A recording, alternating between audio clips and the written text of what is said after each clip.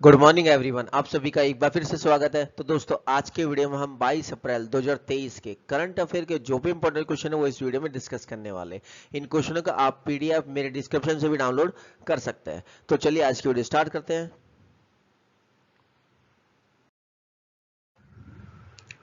आज का हमारा पहला क्वेश्चन है, वीरता पुरस्कार पाने वाली पहली महिला एयरफोर्स अधिकारी कौन बनी है? हाँ जी, वीरता पुरस्कार पाने वाली पहली महिला एयरफोर्स अधिकारी कौन बनी है?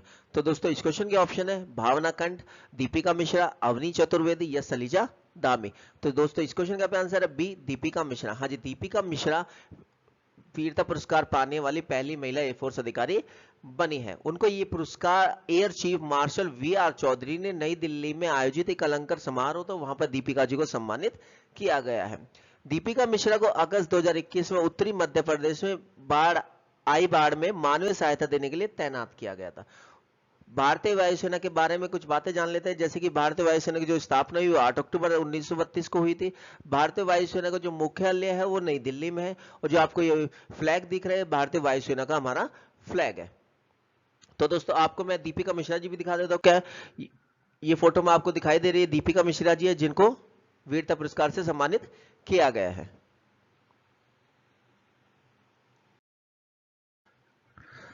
आज का हमारा दूसरा क्वेश्चन है, वर्ल्ड अर्थ डे कब मनाया जाता है? वर्ल्ड अर्थ डे कब मनाया जाता है? तो दोस्तों, इस क्वेश्चन का ऑप्शन है 20 अप्रैल, 19 अप्रैल, 21 अप्रैल या 22 अप्रैल। तो दोस्तों, इस क्वेश्चन का आंसर है डी, 22 अप्रैल। हाँ जी, आज 22 अप्रैल है, तो आज के दिन ही वर्ल्ड अर्थ डे मनाया जाता है। सबसे पहले इस दिन को मनाने का जो मुख्य मकसद है लोगों को पर्यावरण को लेकर जागरूक करना। क्या करना? लोगों को पर्यावरण को लेकर जागरूक करना। पृथ्वी दिवस पहले हर साल 2 बार यानी कि 21 मार्च और 22 अप्रैल 21 मार्च और 22 अप्रैल को मनाया जाता है, लेकिन 1970 के बाद से खाली ये 22 अप्रैल को ही मनाया जाता है। इस बार 53वां पृथ्वी विश्व दिवस मनाया जाता है। कौन सा 53वां पृथ्वी विश्व दिवस मनाया जा रहा है इस बार? सबसे पहले इसको दिन जो मनाने की शुरुआत की गई थी वो अमेरिका से की गई थी। कहां से की गई थी? अमेरिका से की गई थी। अमेरिकी सीनेटर था एक गैलर्ड नेल्सन, सबसे पहले प्रयास किया था। वे चाहते थे कि कोई एक ऐसा दिन हो जहां पे लोगों को एक जगह इकट्ठा करे और पर्यावरण के महत्व के बारे में उनको समझाया जा सके, यानी कि सभी लोगों को एक साथ इकट्ठा करे और पर्यावरण के महत्व को सभी लोगों को समझाया जा सके। और उन्हें अप्रैल इसलिए चुना क्योंकि इस टाइम पे ना तो कोई त्योहार होता है, ना बच्चों की स्कूल की छुट्टी होती है किसी की, तो सभी जगह सभी बंदे अवेलेबल होते हैं, इसलिए इसी वजह से उन्होंने अप्रैल का महीना चूज किया और 22 अप्रैल को वर्ल्ड अर्थ डे मनाने का क्या नाम है, घोषणा की। इस साल वर्ल्ड अर्थ डे की जो थीम है, हर साल जो भी डे मनाया जाता है उसकी अलग अलग थीम होती है। तो इस साल जो वर्ल्ड अर्थ डे है उसकी थीम है invest in our plant. Invest in our plant मतलब हमारे ग्रह में निवेश करें, यानी कि हमारे ग्रह में निवेश करें।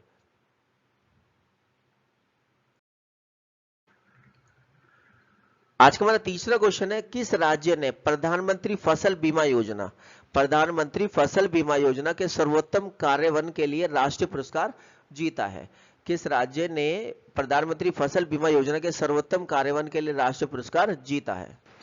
इस क्वेश्चन के ऑप्शन है यहाँ पे कर्नाटक, उत्तर प्रदेश, मध्य प्रदेश और हरियाणा। तो दोस्तों, इस क्वेश्चन का आंसर है एक, कर्नाटक। हाँ जी, कर्नाटक राज्य ने प्रधानमंत्री फसल बीमा योजना के सर्वोत्तम कार्यान्वयन के लिए राष्ट्रीय पुरस्कार जीता है। खरीफ सीजन 2021 और 22 के बीच राज्य में इस योजना के तहत किसानों का नामांकन हुआ था उसमें 47.74% की वृद्धि दर्ज की गई है कर्नाटक के अंदर। कृषि विभाग के अधिकारियों द्वारा साझा किया गया आंकड़ों के अनुसार खरीफ सीजन 2021 में 16.15 लाख किसानों ने योजना के तहत नामांकन कराया। कितने? 16.15 लाख किसानों ने योजना के तहत नामांकन करवाया है। जो प्रधानमंत्री फसल बीमा योजना की शुरुआत हुई थी वो 2016 में की गई थी। प्रधानमंत्री फसल बीमा योजना की शुरुआत कब की गई थी? 2016 में। और इस साल का राष्ट्रीय पुरस्कार किसने जीता है? कर्नाटक ने। तो दोस्तों, इस क्वेश्चन में कर्नाटक के बारे में बात हुई, तो कर्नाटक से रिलेटेड जो भी फैक्ट है हम यहाँ पे जान लेते हैं। ये जो आपको मैप में ये भारत का मैप दिख रहा है, वहां पे जो रेड एरिया दिख रहा है कर्नाटक का एरिया। कौन सा एरिया? कर्नाटक का। इसका गठन जो हुआ था कर्नाटक का 1 नवंबर 1956 को हुआ था। राजधानी बेंगलुरु है, सबसे बड़ा शहर भी बेंगलुरु। टोटल 31 जिले हैं कर्नाटक में। राज्यपाल है थावरचंद गहलोत।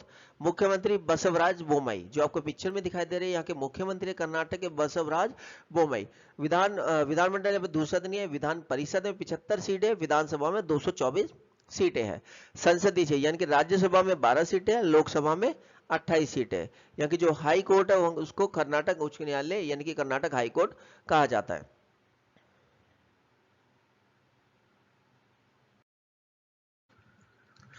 आज का हमारा चौथा क्वेश्चन है, एचडीएफसी बैंक ने किसे उप प्रबंधक निदेशक के तौर पर नियुक्त किया है? एचडीएफसी बैंक ने किसे उप प्रबंधक निदेशक के तौर पर नियुक्त किया है? तो दोस्तों इस क्वेश्चन के ऑप्शन है अमन सक्सेना, कैजाद भरूचा, नीरज आनंद, विष्णु यशवर्धन। तो दोस्तों इस क्वेश्चन का आंसर है बी, कैजाद भरूचा। हाँ जी, कैजाद भरूचा को एचडीएफसी बैंक ने उप प्रबंध निदेशक के तौर पर नियुक्त किया है।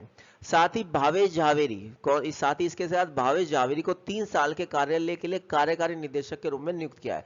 यानी कि एचडीएफसी बैंक ने कार्यकारी निदेशक किसको नियुक्त किया है? भावेश झावेरी को कार्यकारी निदेशक नियुक्त किया और कैजाद भरूचा को एचडीएफसी बैंक का उप प्रबंध निदेशक नियुक्त किया हुआ है।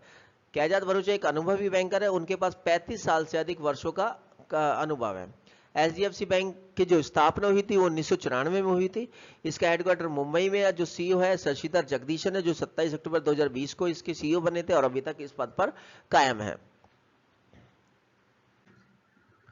ये शशिधर इनके सीईओ है एचडीएफसी बैंक के, और ये कैजाद भरूचा जी है।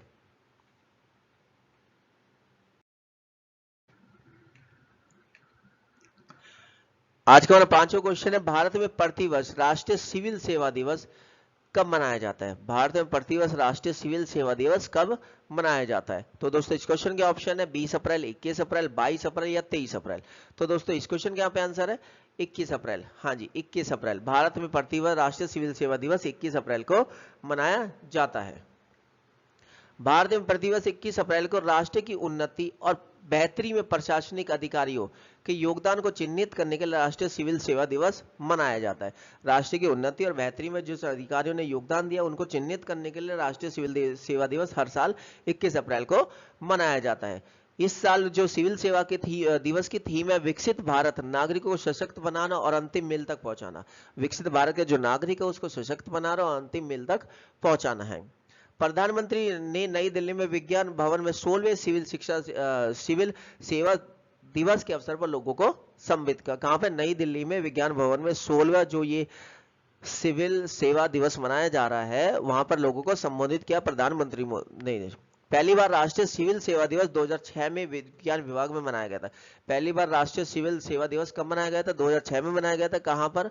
ये विज्ञान भवन में मनाया गया था।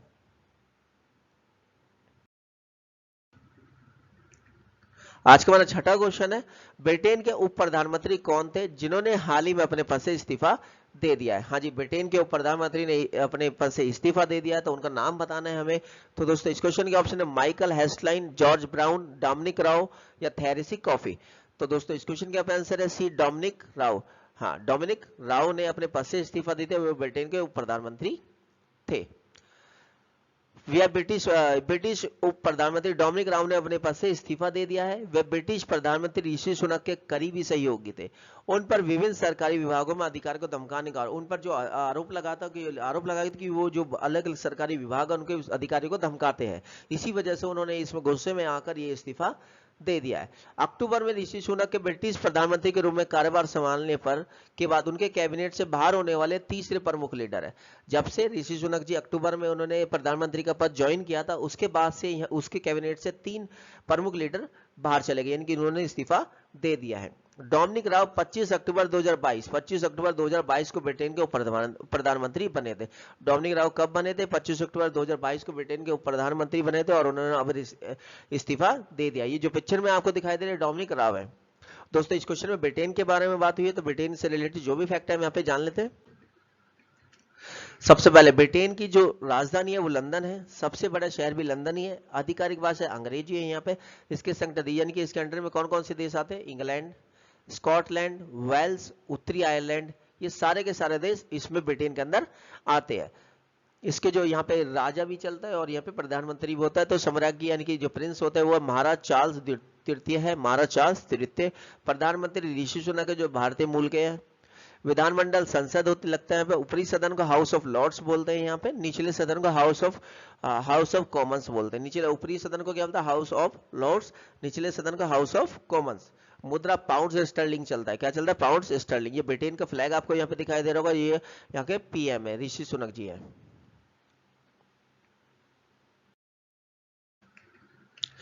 आज का हमारा 7वां क्वेश्चन है, दुनिया के सबसे बड़े और शक्तिशाली रॉकेट स्टारशिप की लॉन्चिंग फेल हो गई है, इसे किसने लॉन्च किया है? दुनिया के सबसे बड़े और शक्तिशाली जो रॉकेट है स्टारशिप, दुनिया का सबसे बड़ा और शक्तिशाली रॉकेट है स्टारशिप, उसकी लॉन्चिंग फेल हो गई है, तो इसे किसने लॉन्च किया था? तो दोस्तों इस क्वेश्चन के ऑप्शन है ISRO, European space agency, NASA या स्पेस एक्स। तो दोस्तों इस क्वेश्चन का आंसर है डी, स्पेस एक्स। हाँ जी, स्पेस एक्स।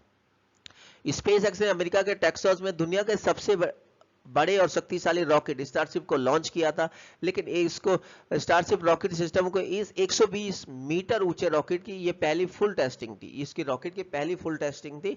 लॉन्च के कुछ देर बाद ही इस रॉकेट में क्या हो गया था, विस्फोट हो गया और इसकी लॉन्चिंग फेल हो गई। स्पेस एक्स जो कंपनी है उसकी स्थापना 2022 में किसने की थी, एलन मस्क के द्वारा की गई थी। इसका जो हेडक्वार्टर है हाउनटाउन कैलिफोर्निया यूनाइटेड स्टेट में है। प्रेसिडेंट ग्योने शॉर्टवेल है।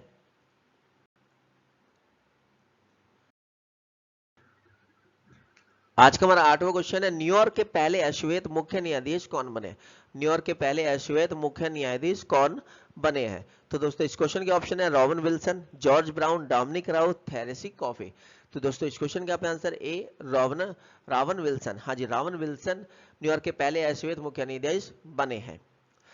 अमेरिका के न्यूयॉर्क के सीनेट ने राज्य के मुख्य न्यायाधीश के तौर पर रावन विल्सन की नियुक्ति पर मोहर लगा दी। वे राज्य के पहले अश्वेत मुख्य न्यायाधीश होंगे।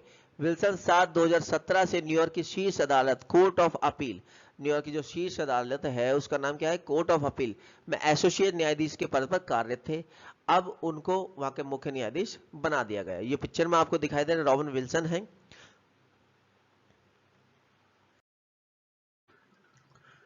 आज का हमारा 9वां क्वेश्चन है, किसे नया सैन्य सलाहकार नियुक्त किया गया है? किसे नया सैन्य सलाहकार नियुक्त किया गया है? तो दोस्तों इस क्वेश्चन के ऑप्शन है air marshal Sandeep Singh, air marshal Deepika Mishra, air marshal Avani Chaturvedi, air marshal Shailaja Dhami. तो दोस्तों इस क्वेश्चन का आंसर है A, air marshal Sandeep Singh. हाँ जी, एयर मार्शल संदीप सिंह को नया सैन्य सलाहकार नियुक्त किया गया है। Retired air marshal Sandeep Singh को राष्ट्रीय सुरक्षा परिषद सचिवालय में सैन्य सलाहकार के तौर पर नियुक्त किया गया है। वह जनरल अनिल चौहान का स्थान लिया। उन्होंने किसका, अनिल चौहान जी पहले इस सैन्य सलाहकार थे, उनका स्थान अब किसने ले लिया, मार्शल संदीप सिंह ने ले लिया, जिन्हें अक्टूबर 2022 में चीफ ऑफ डिफेंस स्टाफ नियुक्त किया गया था। संदीप सिंह जनवरी 2023 में वायुसेना के उप प्रमुख पद से रिटायर हुए थे।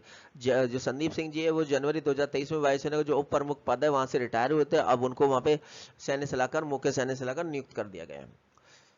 और जो उनको पदभार ग्रहण करेंगे वो 24 अप्रैल को अपना पद ग्रहण करेंगे। जो पिक्चर में आपको दिखाई दे रही है संदीप सिंह जी है, air marshal Sandeep Singh, retired. आज का हमारा 10वां क्वेश्चन है, हाल ही में किस भारतीय कंपनी ने 5 लाख करोड़ का बाजार पूंजीकरण हासिल कर लिया है? हाल ही में किस भारतीय कंपनी ने 5 लाख करोड़ का बाजार पूंजीकरण हासिल कर लिया है? तो दोस्तों इस क्वेश्चन के ऑप्शन है ITC limited, Adani power, hero MotoCorp, solar energy corporation of India. तो दोस्तों इस क्वेश्चन का आंसर है आईटीसी लिमिटेड। हाँ जी, आईटीसी लिमिटेड कंपनी ने 5 लाख करोड़ का अपना बाजार पूंजीकरण हासिल कर लिया है। आईटीसी लिमिटेड के शेयर में रिकॉर्ड वृद्धि के बाद, हाँ जी, आईटीसी लिमिटेड के जो शेयर थे काफी दिनों से बढ़ते जा रहे थे, तो उन्होंने रिकॉर्ड वृद्धि दर्ज की है, जिसके कारण कंपनी का जो कारोबार है लगभग 5 लाख करोड़ का बाजार पूंजीकरण हासिल करने वाली ये भारत की 11वीं कंपनी बन गई। इससे पहले 10 कंपनियों ने ऐसा किया था कि जिसके जो बाजार पूंजीकरण था वो 5 लाख करोड़ से ज्यादा था, लेकिन अब आईटीसी ने भी ये चीज पूरी कर ली है, इसलिए वो भारत की कौन सी कंपनी बन गई, 11वीं कंपनी बन गई है। और बाजार पूंजीकरण के हिसाब से वो भारत की 8वीं सबसे बड़ी कंपनी, बाजार पूंजीकरण के हिसाब से आईटीसी जो लिमिटेड है वो भारत की 8वीं सबसे बड़ी कंपनी है।